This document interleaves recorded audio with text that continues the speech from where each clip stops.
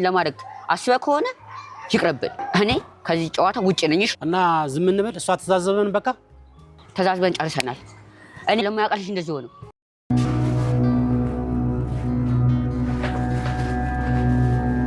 ይኸውልህ ሰውዬ፣ እኔ አልገልህም። አሁን ዝም ብለህ ገብተህ ተኛ። አንተ ተኛ። ቆይ ታዲያ ምን እየጠበቅህ? እኔ ማለት ደጋግመህ ወደ ልጅቷ መኝታ ቤት የምታየው ግን ለምንድን ነው?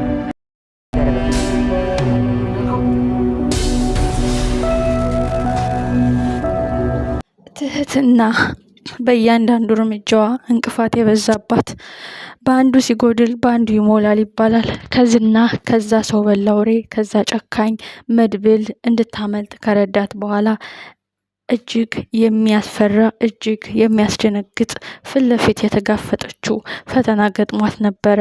እሱም አብርሃም ነይ ላስጠጋሽ ብሎ ካስጠጋት በኋላ ቀጥታ ቤቱ መጥተው የገጠማትን አይተናል። መድብል እዛ ባያስጥላት እስከ ዛሬ ሌላ ውስጥ ገብታ ምናልባት ህይወቱ አልፎ ገለዋት የሚፈልጉት ነገር ወስዶም ሊሆን ይችላል። ትህትናም ይህን ውለታውን አልዘነጋችም። እናንተ በተጨማሪ ከረዳችሁኝ በፊት ከዛ መንጋጋ ያወጣኝ እንዳመልጥ የረዳኝ ከተሳለው ቢላዋ ያተረፈኝ መድብል የሚባልን ሰው ማመስገን አለብኝ ትላለች። ከዚህ ሁሉ በፊት ግን ዝናህ ፈልጎ ተስፋ ቆርጦ በካሌብ ሞሲሳ ለእያንዳንዱ ኪሳራ ወዳጅን ላሳጣኸኝ እምነት ትከፍላለህ ሲለውም አረር ትክን ብሽቅ ብሎ ተመልሶ ሂዷል። ዝናህ በእርግጥ እሱ ብልጥና ቁማር የሚወድ ሰው ነው። አዘናግቶ ድንገትም ሊመጣ ይችላል።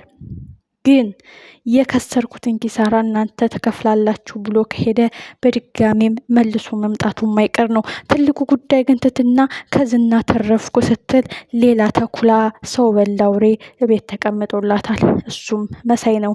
መሳይ ለዝና አሳልፎ ሊሰጣት ሲልም እንግዲህ በየትም ብሎ እንድትተርፍ ካረጓት በኋላ አሁን ደግሞ የሴትነቷን ነገር ይፈልጋል። ሴትነቷን ይፈልጋል። እጅግ የሚገርምና የሚደንቅ ሁኔታ። አብርሽ ግን ሰብአዊነት ተሰምቶት ሰው በሰውነቱ የሚረዳ ሰው በሰውነቱ የሚከበር መልካም ልብ ያለው እንደ ስሙ አብርሃም ሆኖ አግኝተነዋል። አብርሽ ለማያውቃት ልጅ ተደባደበላት። ለማያውቃት ልጅ ፊት ለፊት በሽጉጥ እየተመታ ተጋፈጠላት። እንዴት ደስ ይላል! ተንከሲስ የመሳይን ተንኮል አውቆበታል። አንተ አይሁዳ፣ አንተ እኮ የካድከነን እያለ ሚስጥር አድርጎ ትቶትም ነበረ። ግን ትልቁ ጉዳይ የግሌ ትወስን ወይስ ማን ይወስን? እስኪ ሀሳባችሁን ንገሩኝ። ትህትና እዚህ ቤት መቆየት አለባት።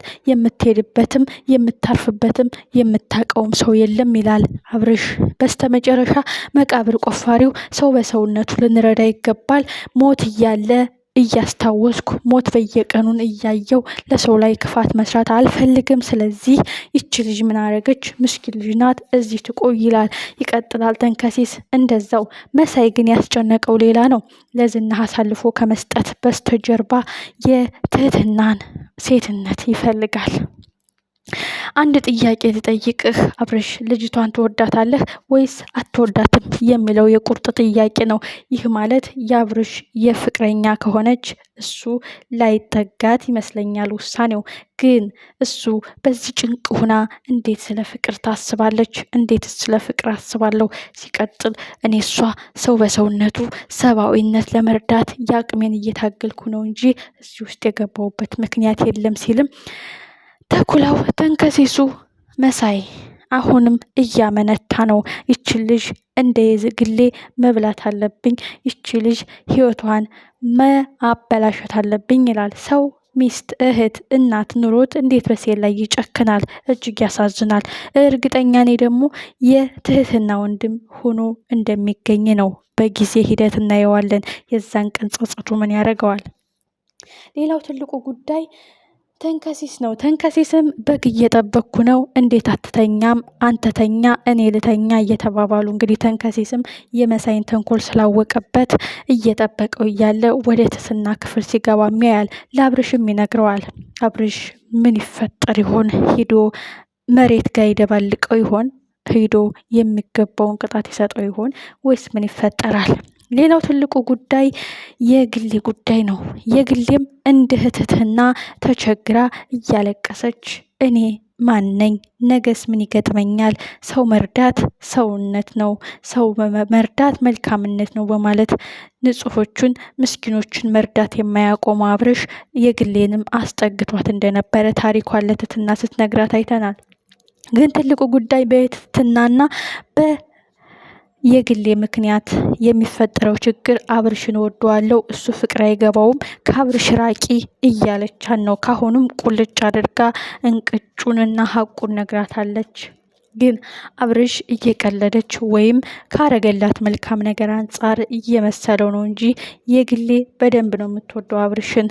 ግን ትልቁ ጉዳይ አብርሽ አመሰግናለሁ እዚህ ቤት እንድቆይ ስላገዝከኝ ስለፈቀድክልኝ ብላ ስታቅፈውም የግሌ ባገኘችው ማማሰያ አናቷን ልትላት ስትል አብርሽ አይቷታል። ስለዚህ ካሁን በኋላ ሁለቱ ሴቶች እርስ በርስ ግብ ግብ መፈጠራቸው የማይቀር ነው። በዚህ ምክንያት ምናልባት ለዝና አሳልፈው መሳይና የግሌ ይሰጧታል የሚል ግምት አለኝ። አብርሽ በደንብ ተረድቷታል፣ አዝኖላታል፣ በደንብም ወዷታል የሚል ሀሳብ አለኝ። እናንተስ እንዴት አገኛችሁት? አንዳንድ ጊዜ በአንዱ ቢጎድል በአንዱ ይሞላል። መጥፎ ሰዎች ከመንገዳችን ላይ ሲቆሙ፣ መልካም ሰዎች ደግሞ እነሱን ሳይነጻናለን። መጥፎ ወንዶች ሲገጥሙን መልካም ልክ እንደ እናት እንደ ወንድም የሆኑ ደግ ወንድ ሲገጥመን ደግሞ ተስፋ እናደርጋለን። በዚህ መሀልም አብርሽን በከሃዲዎች መሀል ደግሞ መሳይን እናያለን። እናንተስ እንዴት አገኛችሁት? ተንከሲስንስ እንዴት አገኛችሁት? በነገራችን ላይ ይህ ድራማ ማለት ነው ከዳጣ ድራማ በላይ በጣም ተወዳጅ፣ ልብ አንጠልጣይ፣ ዘና ፈታ እያደረገ ቁም ነገር የሚያስጨብጥ ብዙ ውጣ ውረዶችን የምናይበት በእውነትና በክህደት በፍቅርና በጥላቻ መሀል ያለ ብዙ ትምህርት የምንጨብጥበት ተወዳጅ የትትና ታሪክ ነው። እጅግ እጅግ በጣም ምርጥ ሆኖ ይቀጥላል የሚል ተስፋ አለኝ እና ወዶቼ የተከበራችሁ የተወዳችሁ ቤተሰቦች እናንተ የሚግል አስተያየታችሁን ኮመንት ቦክስ ላይ አስቀምጡልኝ። ድል ለትትና ከዛ ሁሉ ፈተና ወጥታ አብርሽ ጋር የተሻለ ህይወት ትኖራለች። መድብልንም አግኝታው ምስጋናዋን አቅርባ ለነዝናህና ለነካሌብ ሞሴሳም ዘብጥያ መውረጃ ምስክር ምሳሌ ሆና እናያለን። ትትና የሚገባትን ህይወት ያሰበችውን ህልሟን ያቀደችው እቅዷ ይሳካላታል የሚል ሙሉ እምነት አለኝ። ቀጣይ ክፍል ሁላችንም በጉጉት አብርሽ ደርሶ መሳይን ከመሬት ደባልቆ የሚገባውን ቅጣት ሰጥቶ ትትናን ይታደጋታል። አብርሽ እንደሱ ያሉ ወንድሞችን ያብዛልን። እንደ መሳይ ያሉ አስመሳዮቹን ደግሞ ልባቸውን ይመልስላቸው። አንዳንድ ጊዜ ብር ለጊዜው የጠቀመን ይመስለናል እንጂ ሰብአዊነታችን ሁሉ ነው የምንሸጠውና ከዚህ ብዙ ትምህርት እናገኛለን።